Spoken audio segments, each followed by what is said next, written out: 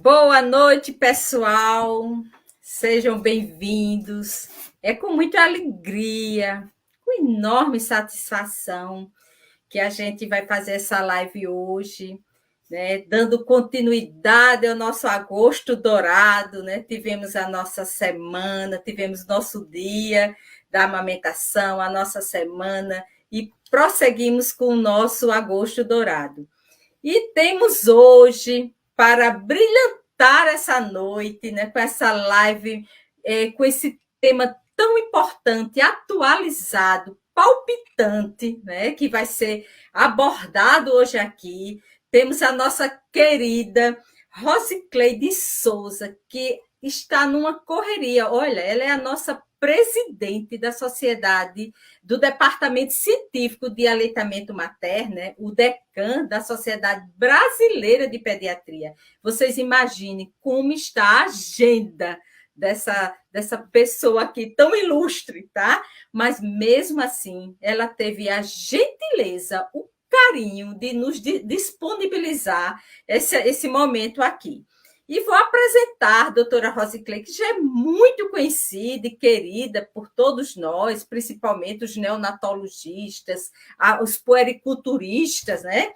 Ela é pediatra e neonatologista também, professora de saúde da criança da faculdade do Amazonas, né? Ela é a pediatra responsável pelo ambulatório de seguimento do prematuro. Ela tem um follow-up lá na maternidade estadual Balbino Mestrinho. E é a nossa presidente, né, do DECAN, do Departamento Científico de Aleitamento Materno. Seja bem-vinda, Rosicleide, a noite a toda sua. Você, hoje aqui, já estamos douradas, né, e você vai abrilhantar mais ainda, né, com esses seus conhecimentos, com a sua vivência, né, com esse tema justamente que hoje, inclusive hoje eu quero aproveitar aqui que foi lançado um podcast, né, podcast da revista de pediatria. Gente, olha, fantástico. Depois vão lá conferir, tá certo?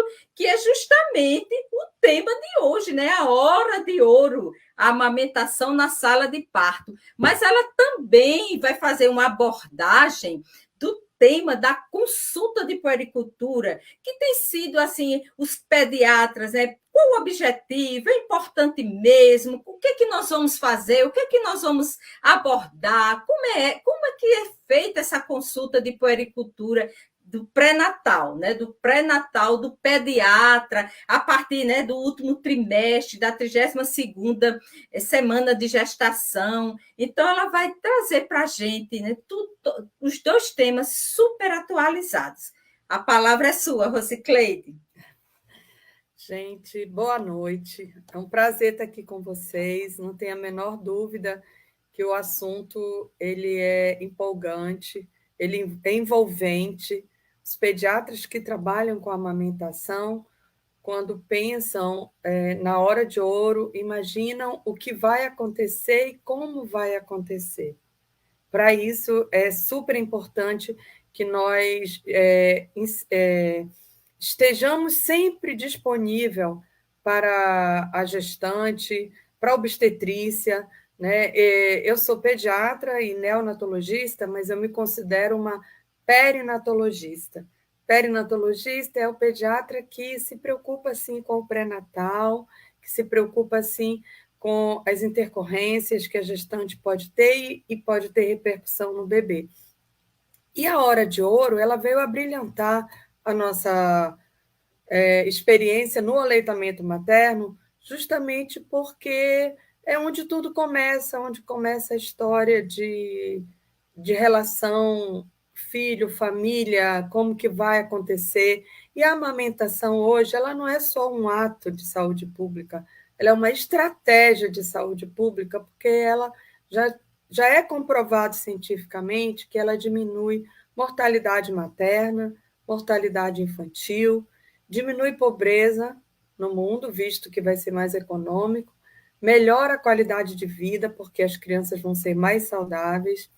Nós temos a maior coorte de aleitamento materno do mundo, que é a coorte de Pelotas, já tem mais de 40 anos, e a gente sabe que as pessoas que foram amamentadas serão adultos mais saudáveis, adultos que terão mais produtividade, que terão uma profissão mais produtiva. Então, isso tudo só vem enfatizar para a gente a importância de trabalhar a amamentação como uma estratégia.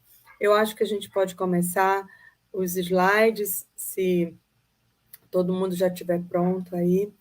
Então, só lembrando aqui que a hora de ouro ela é conhecida como Golden Hour, né?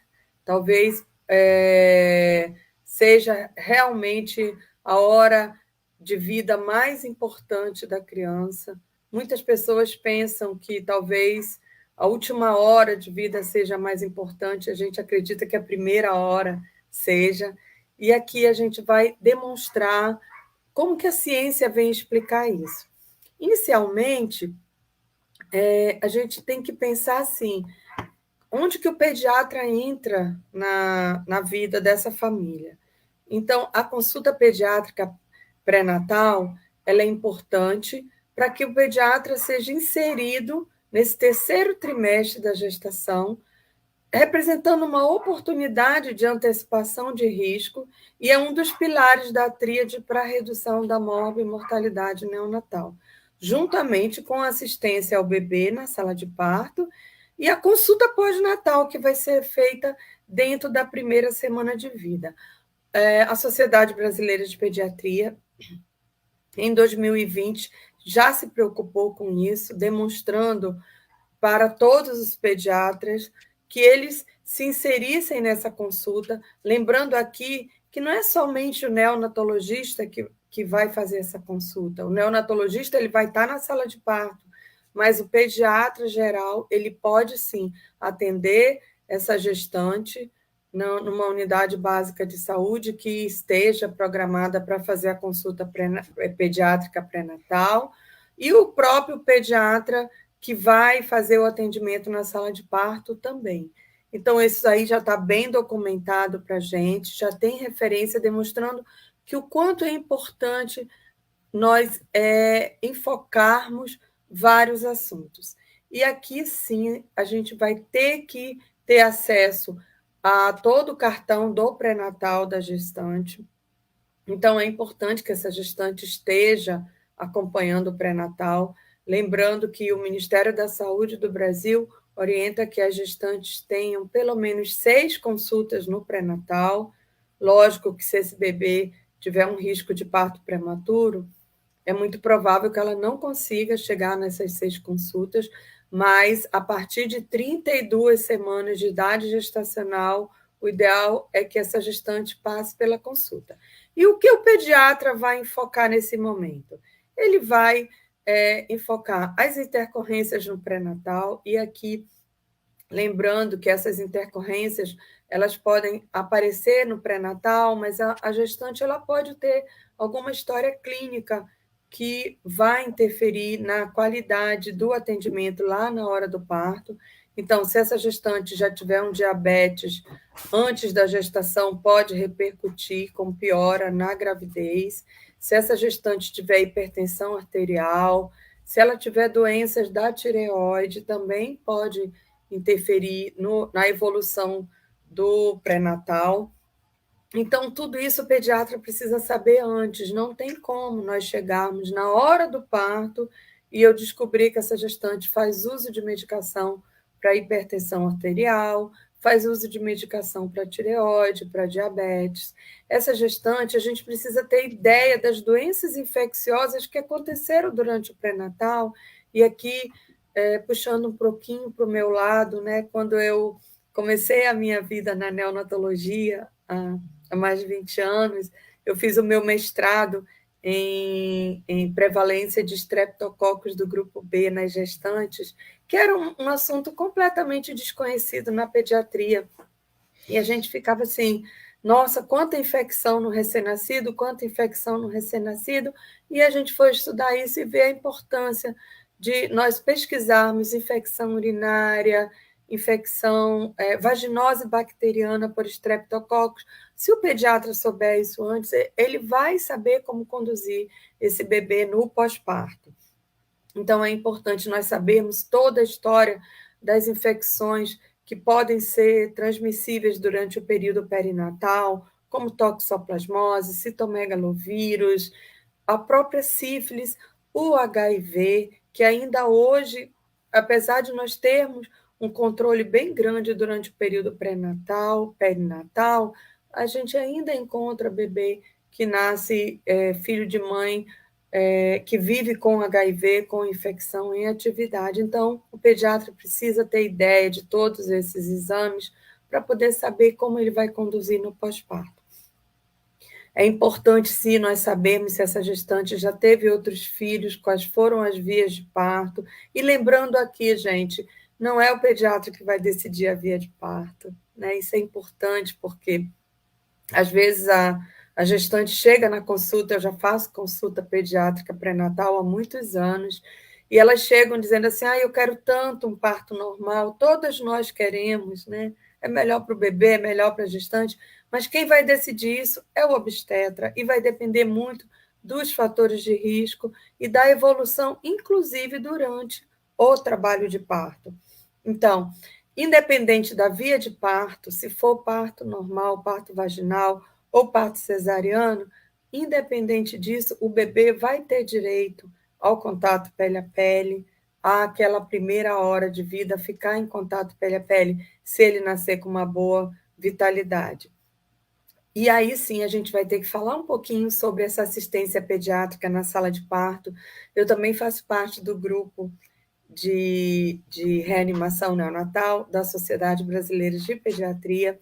Nós temos as diretrizes bem desenhadas, baseadas em evidência, e hoje a gente sabe que o bebê que nasce com boa vitalidade, se ele tem mais de 34 semanas, é um bebê que pode ir para o contato pele a pele, ser avaliado nesse contato pele a pele, no colo da mãe, e se for necessário uma assistência pediátrica, uma reanimação neonatal, que são raras vezes, a gente sabe que em cada 10 bebês, um bebê pode necessitar de alguma manobra de reanimação. Esse bebê, sim, ele vai ser conduzido a uma sala de reanimação, a uma fonte de calor radiante, ser feito alguma conduta. Mas a mãe pode, sim, ser orientada durante o pré-natal quais são as condições clínicas que vão permitir que esse bebê vá para o contato pele a pele direto, imediatamente após o nascimento, se ele nascer respirando bem, se ele nascer com bom tônus muscular e com uma respiração regular.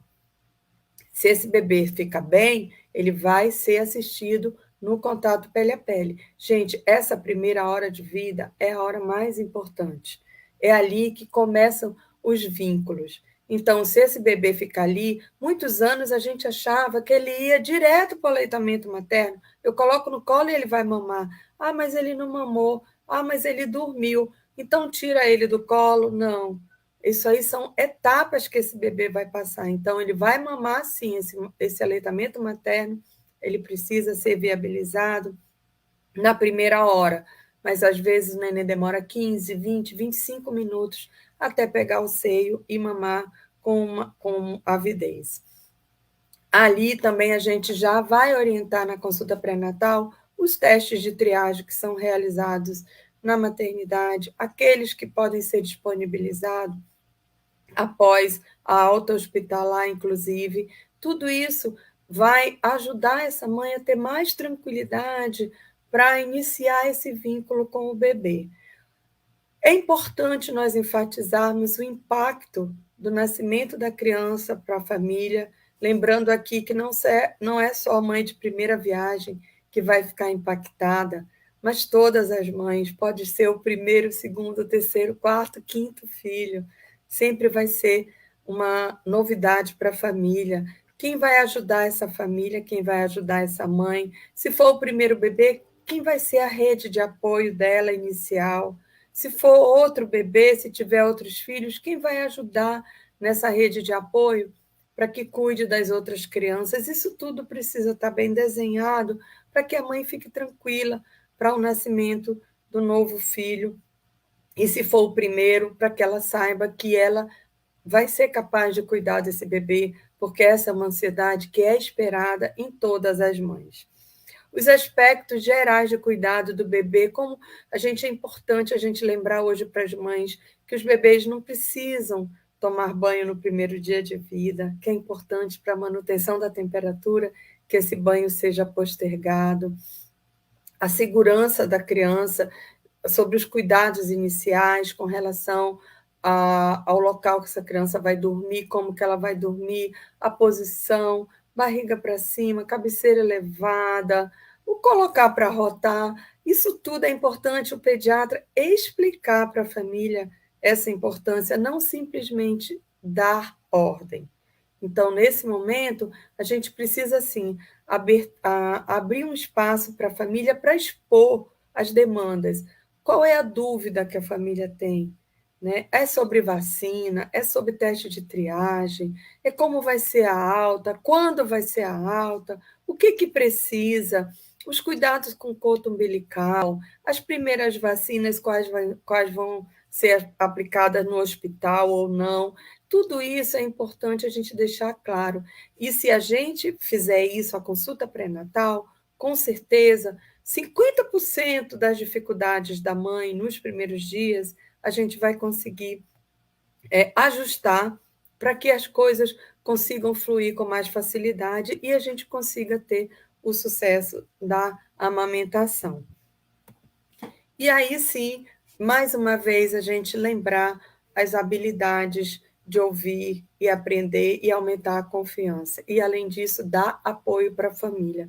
Então, a gente sempre está acostumado a dar ordens, a dar aulas, verdadeiras aulas para as famílias. E, às vezes, aquelas informações, elas entram e saem sem ter ficado nada. Então, nessa hora, a gente tem que trabalhar também essa habilidade de comunicação, de tentar ouvir mais, né? Dar uma informação útil, trabalhar a comunicação não verbal, fazer mais, deixar mais a família perguntar para a gente qual é a expectativa deles. A gente pode, sim, repetir a pergunta conforme a mãe nos questionar sobre. A primeira coisa que ela vai perguntar: será que eu vou ter leite no peito? Né? O que você acha que é ter leite no peito? Você acha que vai jorrar o leite? Né? Deixar eles falarem com as palavras deles, porque se a gente começar a falar que o colostro tem pouca caloria, que o colostro é um líquido claro, isso tudo vai confundir muito a cabeça da família. Né? Usar mais gestos, usar expressões de interesse, me diga mais. Sim, como é que foi a experiência mesmo com seu outro filho?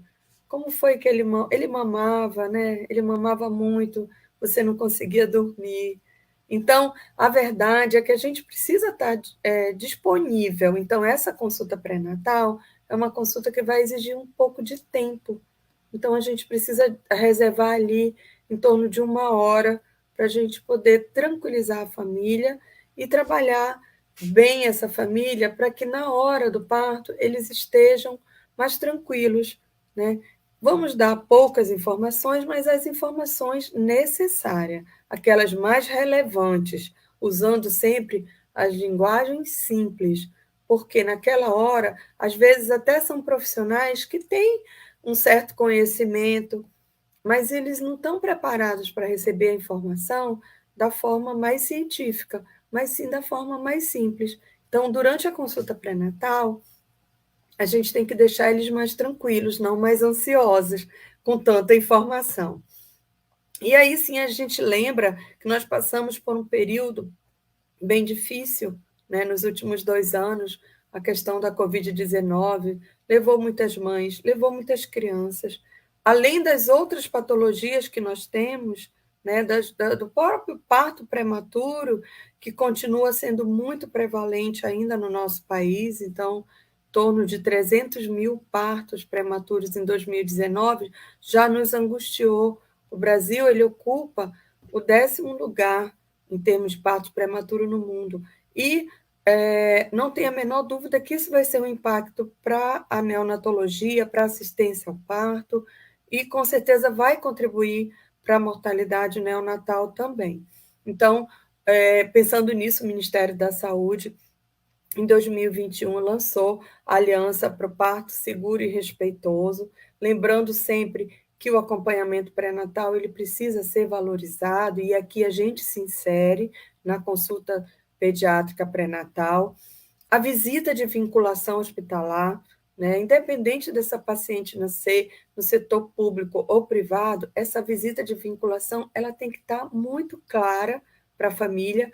Se tem um risco de parto prematuro, eles têm que ir para uma unidade hospitalar de alto risco, que tem UTI neonatal. A família tem que ter acesso a essas unidades, conhecer como é que funciona, saber quem é a equipe que vai estar lá atendendo um bebê se ele tiver um risco de parto prematuro, né? Saber o que faz uma fonoaudióloga, uma psicóloga, o que faz uma assistente social dentro dessa unidade, o que a enfermagem neonatal faz dentro dessas unidades.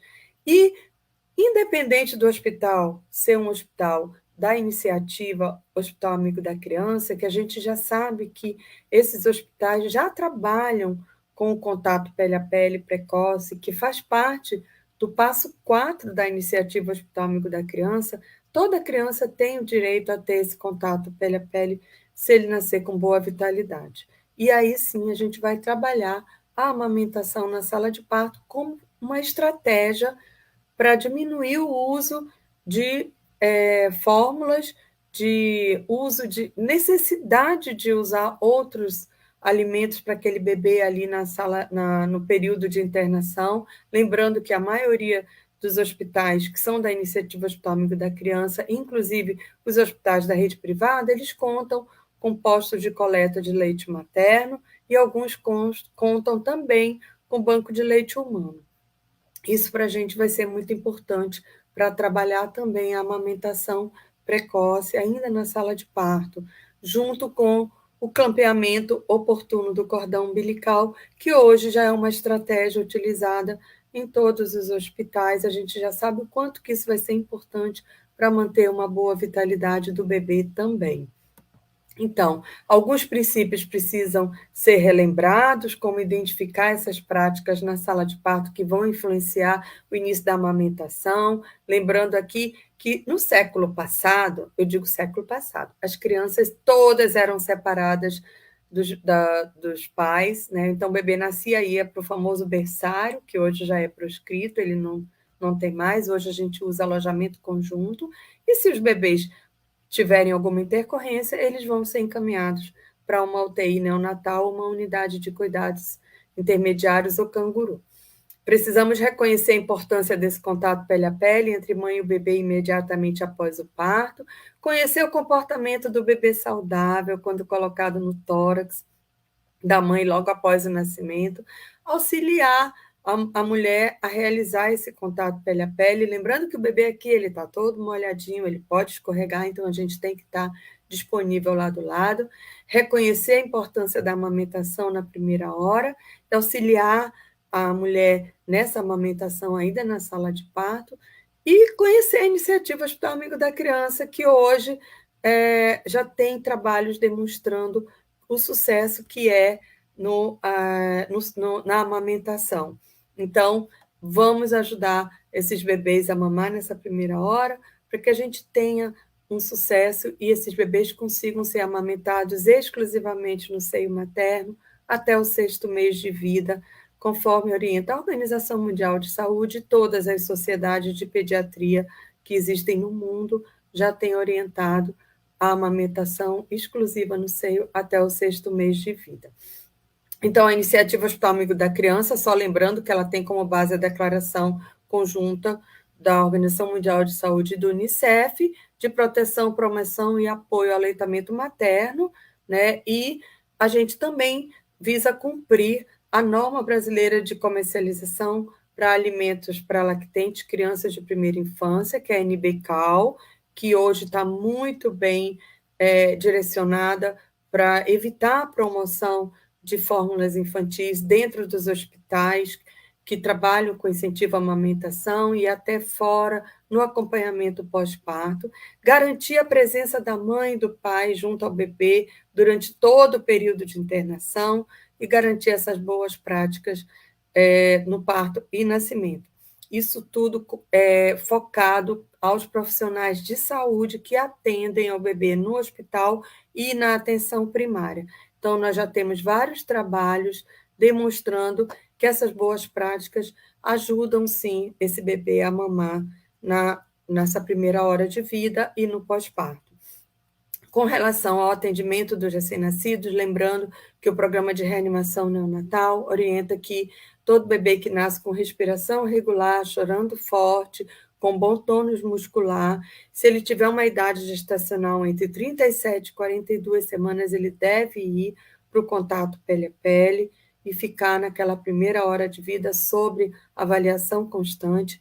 E se esse bebê for prematuro, ou seja, se ele nascer com menos de 37 semanas, e mais de 34 semanas e tiver uma boa vitalidade, ele também deve ser colocado em contato pele a pele com a mãe, iniciar a amamentação na primeira hora de vida e o clampeamento oportuno do cordão umbilical. E aqui também trabalhar as habilidades de aconselhamento. A gente não vai dizer para a mãe que todo bebê vai mamar, porque às vezes o bebê ele quer dormir, às vezes ele chora muito.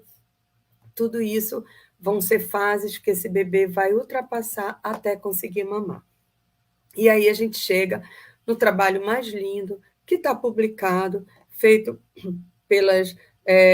por psicólogos e pediatras neonatais do Hospital de Massachusetts, em Boston, que hoje já tem vários trabalhos publicados, mas eles começaram a ser difundidos a partir do ano de 2018, onde eles trabalham os 9 estágios de Widstrom, ou seja, os bebês, eles progridem através desses 9 estágios instintivos, observáveis durante toda a primeira hora após o nascimento.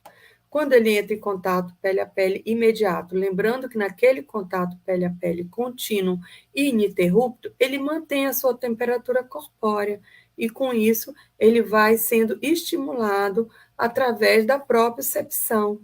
Então, o córtex cerebral do bebê vai sendo trabalhado também durante aquela primeira hora. E quando que ele vai mamar, doutora Rossi? Bom, inicialmente ele chora, e isso é o que o programa de reanimação espera de todos os bebês imediatamente após o nascimento, que ele chore bastante, que ele respire adequadamente, e ele chore, vai para o contato pele a pele, em seguida ele relaxa, e ele dá uma checada para saber se aquela ali é a mãe dele mesmo. Depois ele desperta, e nesse despertar ele vai olhar bem para o rosto do pai, para o rosto da mãe, lembrando que aqui tem direito ao acompanhante. Ele vai começar a exercer algumas atividades tocando na mãe, sentindo o rosto da mãe e percebendo que aquele ali vai ser o vínculo maior, e ele descansa um pouco antes de tudo. Ele dorme novamente, para, às vezes, alguns minutinhos ele começar a rastejar. Ele rasteja procurando, em algum momento, encontrar aquela diferença da pele, que é a pele mais escura para a pele mais clara, que é a areola mamária. Daí ele vai se familiarizar. Nessa familiarização, ele começa a ter movimento de língua, o movimento da boca, que vai de encontro à areola, até que ele consiga sugar.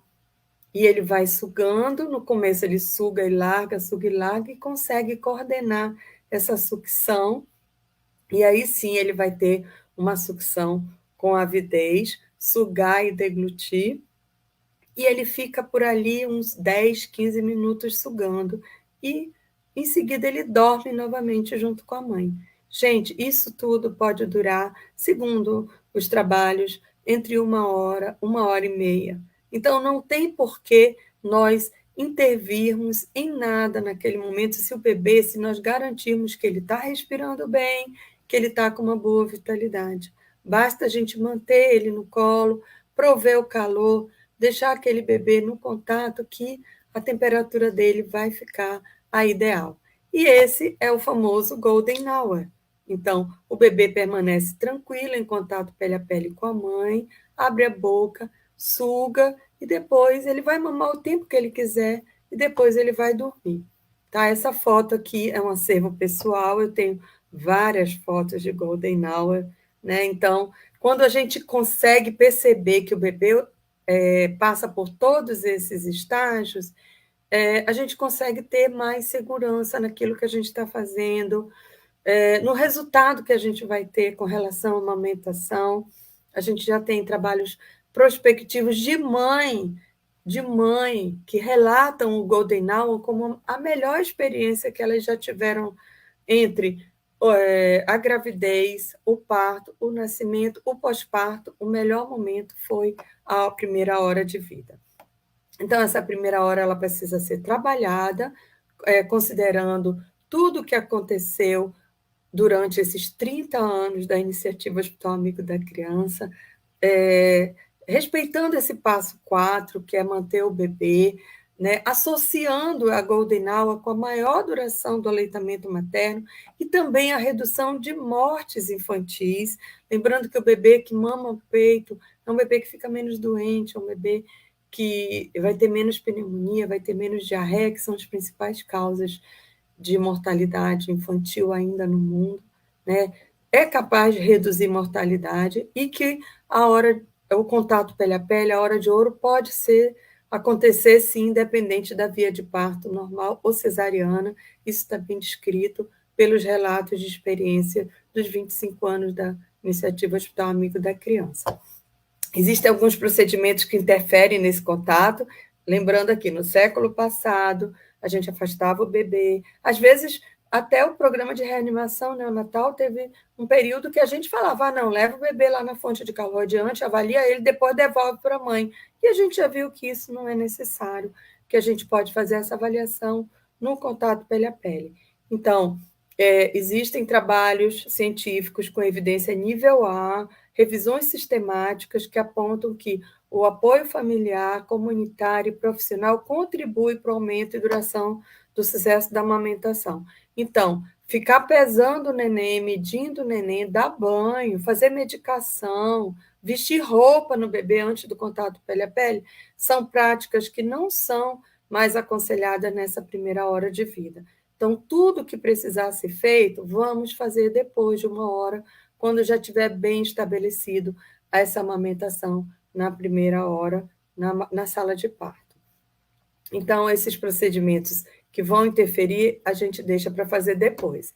Então, só para concluir aqui, né, que meu tempo já está esgotando, o professor Michel Odente, ele fez 90 anos em 2020, e ele, no primeiro trabalho dele, que era Forma de Nascer, né, ele falava que para mudar o mundo, é preciso primeiro mudar a forma de nascer.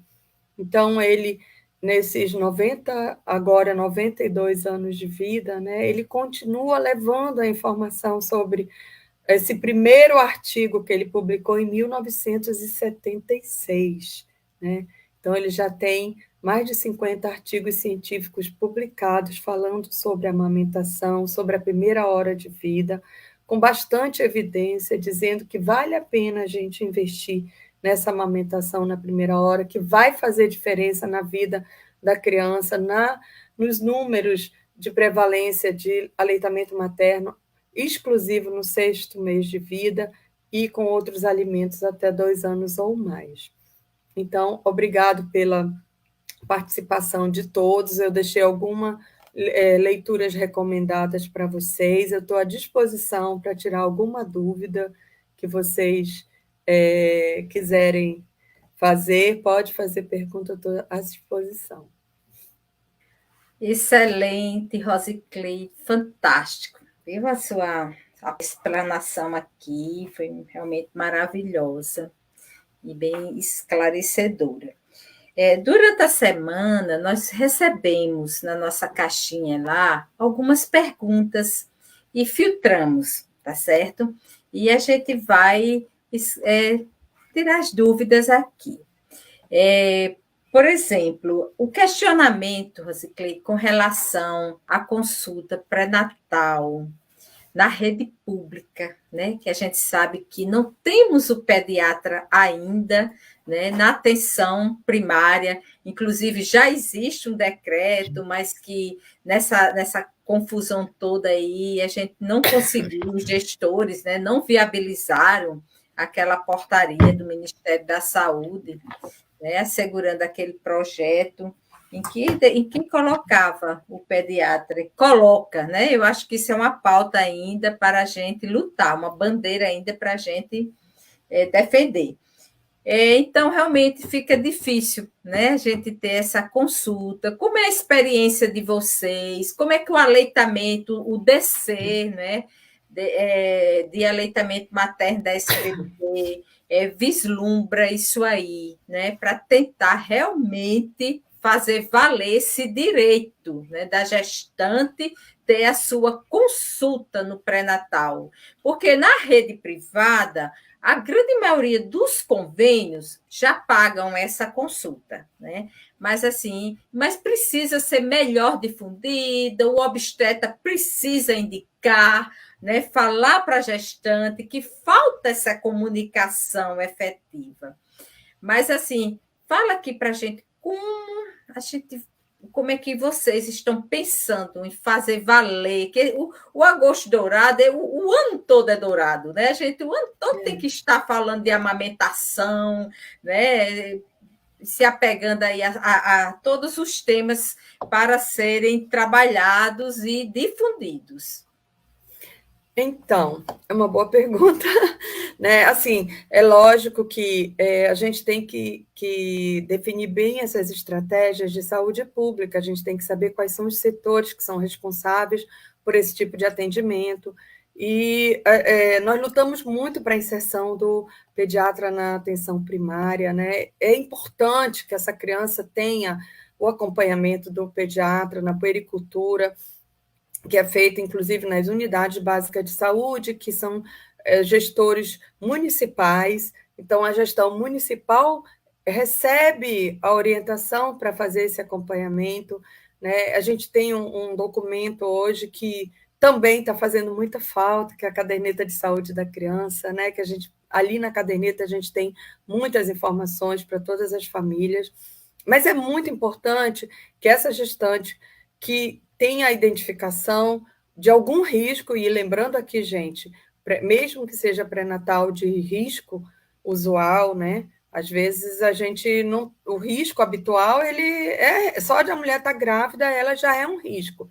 Mas tem que ser garantido, principalmente essa gestante, uma visita de vinculação num hospital que tenha condições de receber essa gestante com algum risco, que tenha uma UTI materna, que tenha uma UTI neonatal, que tenha uma unidade canguru, porque hoje eu não sei como nós sobrevivemos, né, durante tantos anos sem o método canguru, que é o método de humanização do atendimento do bebê de baixo peso. Então, eu não tenho a menor dúvida que o pediatra tem que estar inserido em todo esse contexto. E cada vez mais, né, como eu falei para vocês, a gente dizia neonatologista, que a gente só pegava o bebê depois do parto, nós somos perinatologistas.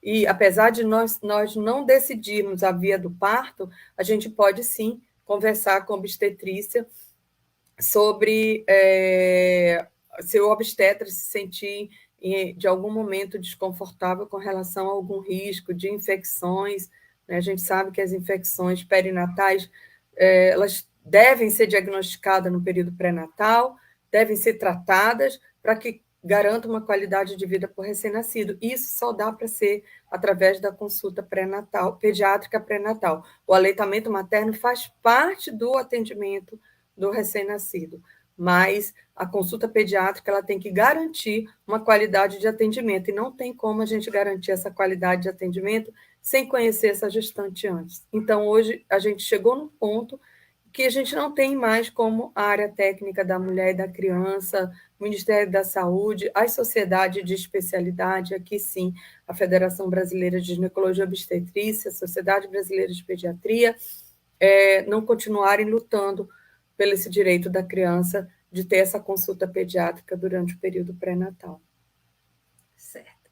Então, vamos continuar defendendo essa bandeira, E agora eu acho que houve realmente, esse ano nós tivemos muita divulgação, assim, se falando muito a respeito da consulta pré-natal. E é a informação que consegue transformar, né, a realidade, os fatos, para que a gente realmente consiga isso aí. E outra dúvida também, Rosiclide, assim, muitos colegas, né, com relação à hora de ouro, né, que lá nos 10 passos, né, da iniciativa do Hospital Amigo da Criança, o quarto passo, tem como a meia hora. Olha os Isso. questionamentos. Eu estou de plantão, nascendo várias crianças ao mesmo tempo. O neonatologista vai poder fazer essa hora, está ali presente, né? A hora de ouro, né? Dessa criança, que a meia hora já era difícil. E a gente sabe que de todos os passos, esse realmente sempre foi o maior desafio para ser cumprido, né? E esse ano a gente falando muito, né? Você trazendo aí essa explanação maravilhosa, né? Esses dados, essas evidências científicas aí, e fica aquela questão, e até mesmo na iniciativa privada, né? Como o pediatra pode ficar uma hora, porque ele tem que acompanhar já ó, o trabalho de parto, né? Está ali. E diga aí, como é que o DC de aleitamento materno vê isso aí, para a gente realmente fazer valer, né? Todas essas orientações. Gente, isso aí já foi muito questionado, lógico, né? A questão da quantidade de trabalho, né? Não tem a menor dúvida. Bom, nós, neonatologistas, a gente nunca deixa o bebê imediatamente após o parto, isso não tenha dúvida. Mas o que a gente percebe hoje é assim: a Sociedade Brasileira de Pediatria, o programa de reanimação neonatal, orienta que em cada parto tem um pediatra, neonatologista, para fazer o atendimento, mas a gente sabe que não é a realidade. O que a gente tem que trabalhar? Parto de risco. Então, principalmente os países desenvolvidos, o Brasil não é, porque o Brasil ainda está em desenvolvimento, que a gente tem uma realidade diferente. Os próprios países desenvolvidos não têm um pediatra para cada bebê, infelizmente.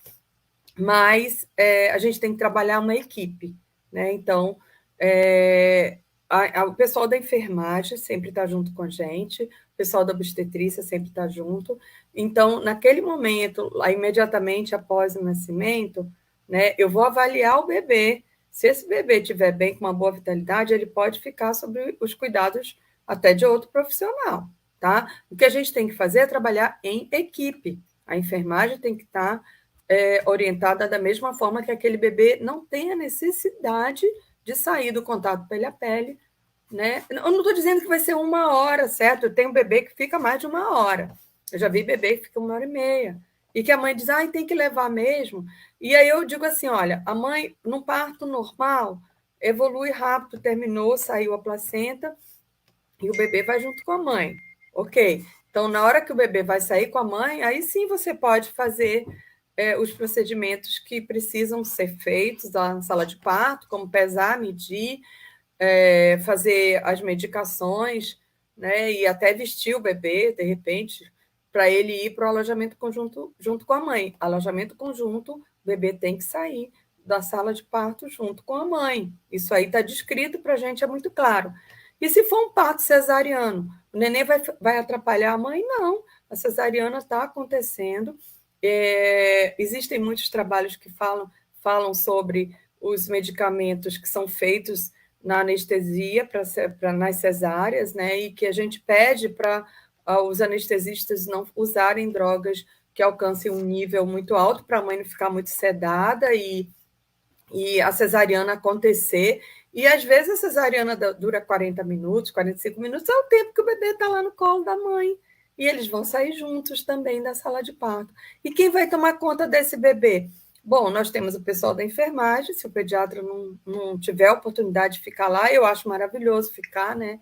E assim, o que a gente percebe, dentro até dos hospitais públicos, eu trabalho no hospital da iniciativa Hospital Amigo da Criança. É lógico que cada estado tem a sua gestão, e aqui no meu estado nós temos uma gestão diferente. Os pediatras que estão na sala de parto não são funcionários públicos, eles são funcionários cooperados, existe uma cooperativa de neonatologia, e essa cooperativa ela precisa cumprir algumas exigências. E os pediatras neonatologistas que trabalham na sala de parto nos hospitais públicos, eles ficam com o bebê até a hora que o bebê sai da sala de parto. Ah, mas vai nascer 3 meninos ao mesmo tempo. Tudo bem, a gente vai ter que se dividir. O pessoal da enfermagem pode ficar com o bebê, mas você vai tirar o bebê dali do colo da mãe, você vai colocar onde? Porque não existe mais berçário, não é? O berçário hoje não existe, né? Então, se não existe, o bebê vai ficar onde? Vai ficar num berço de reanimação neonatal? Por quê?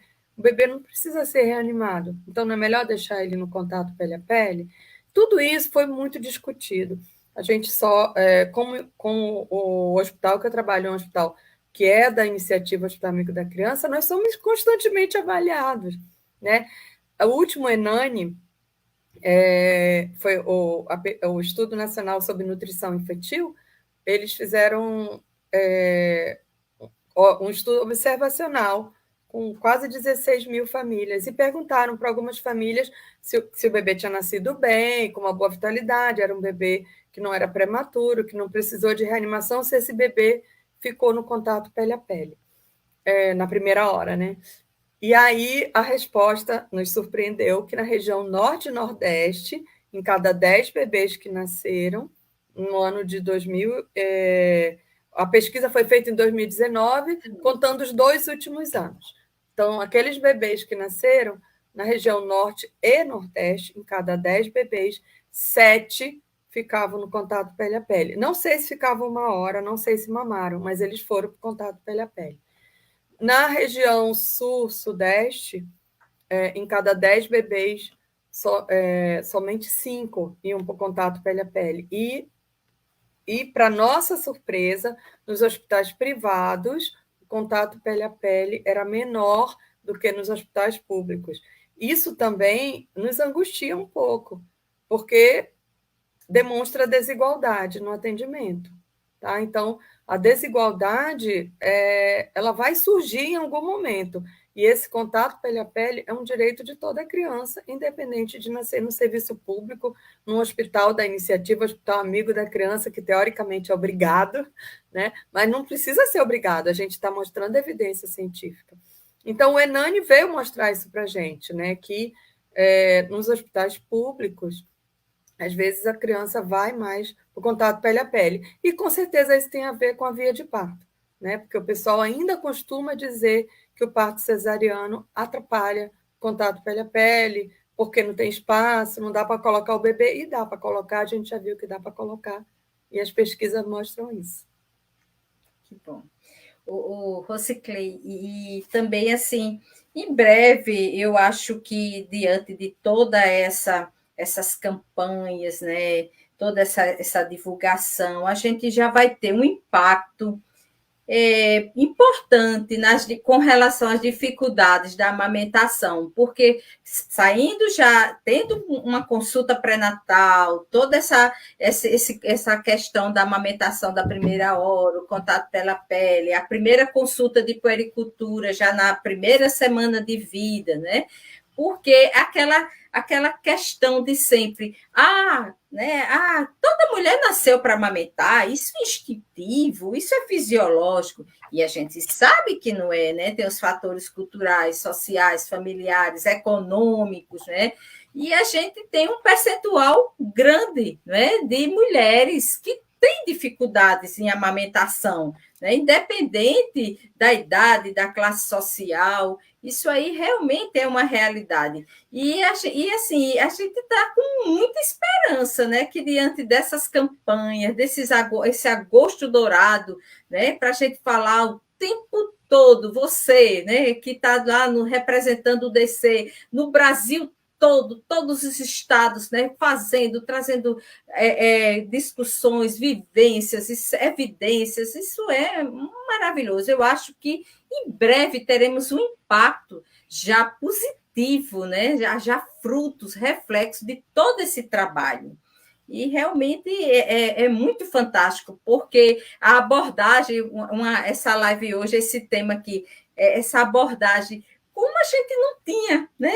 Não se falava, né? Há alguns anos, há pouco tempo, né? A gente não tinha live, aulas, né? Palestras sobre um assunto assim, né? Tão atualizado e que está fazendo a diferença. Mas, assim, o DC, através, né, o Departamento Científico de Aleitamento Materno, ele tem, assim, projetos após esse agosto aí dourado, para a gente intensificar mais essas campanhas. Como é que vocês estão pensando para tentar valer mesmo na prática, assim, alguma luta específica, né, com relação a políticas públicas mesmo, né, os novos gestores? Vocês estão com projetos dessa natureza? Fala aí para a gente.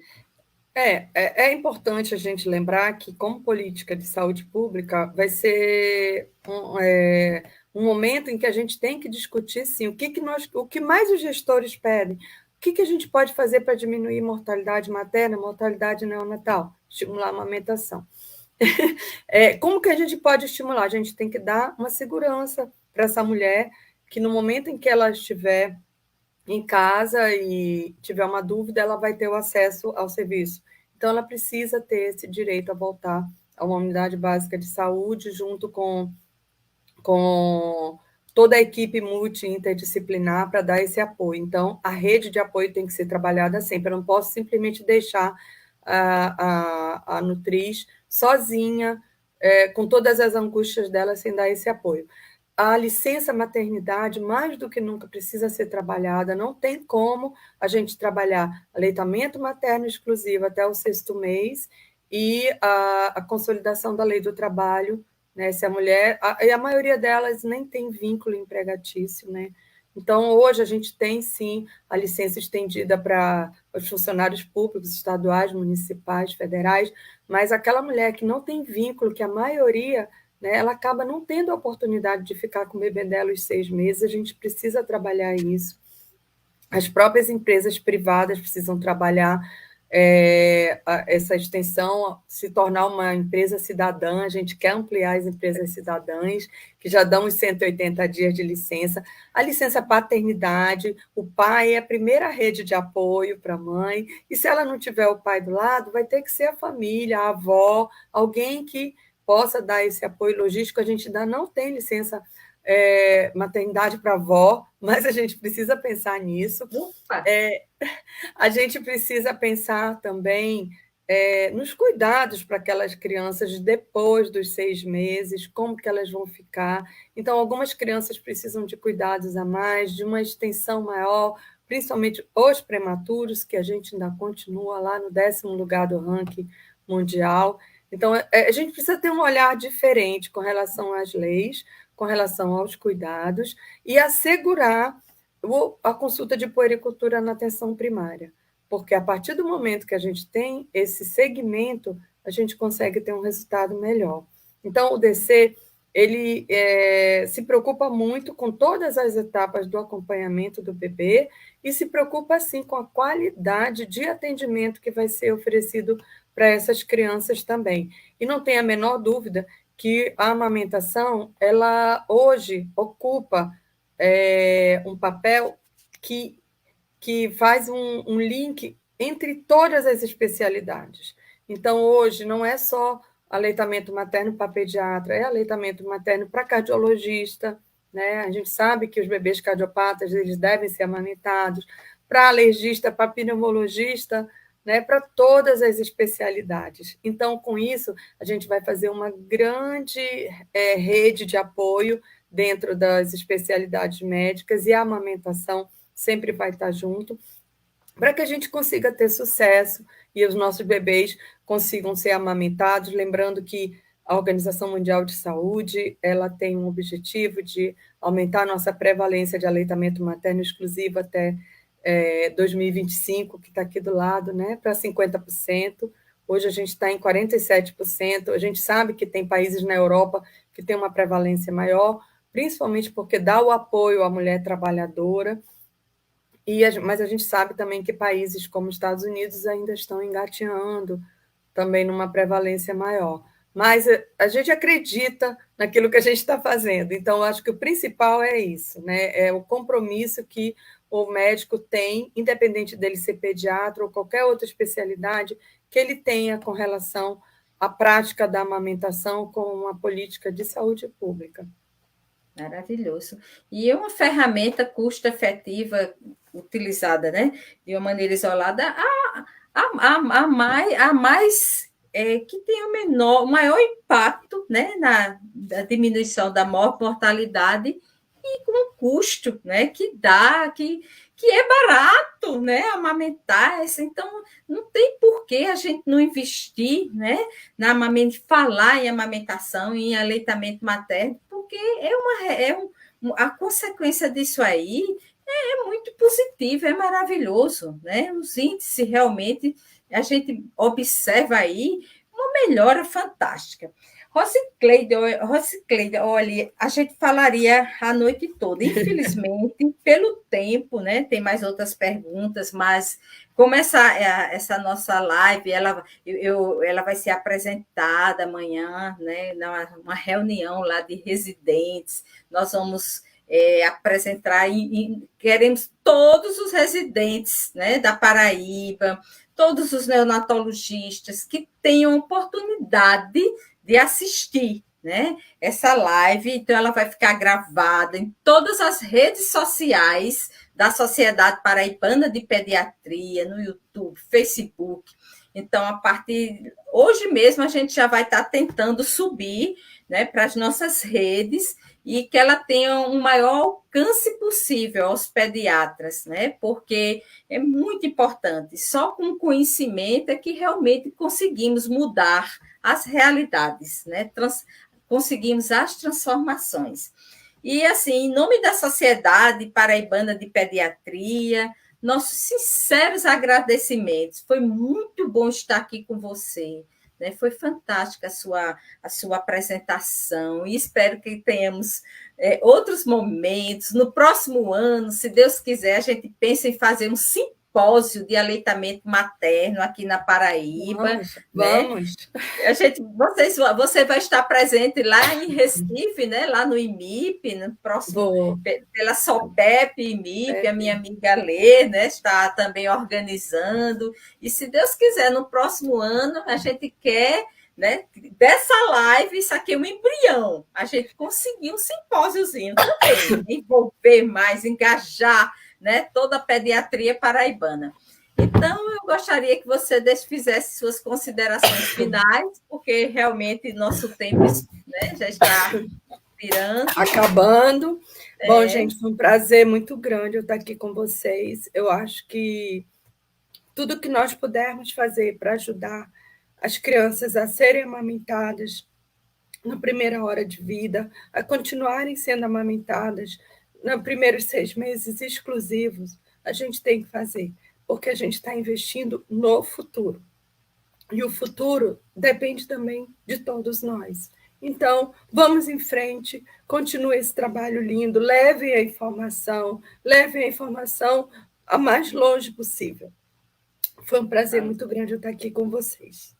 Prazer foi todo nosso. Uma boa noite para todos que estão conosco desde o início. Olha, tem um monte de gente aqui assistindo, tá? Então, sintam-se todos abraçados fraternalmente e a live ficará salva. Tchau, Rosicleide. Aproveita agora para dar uma descansadinha. Seu dia hoje foi muito intenso. Pode deixar. Obrigado, gente. Tchau, boa noite. Tchau, boa noite.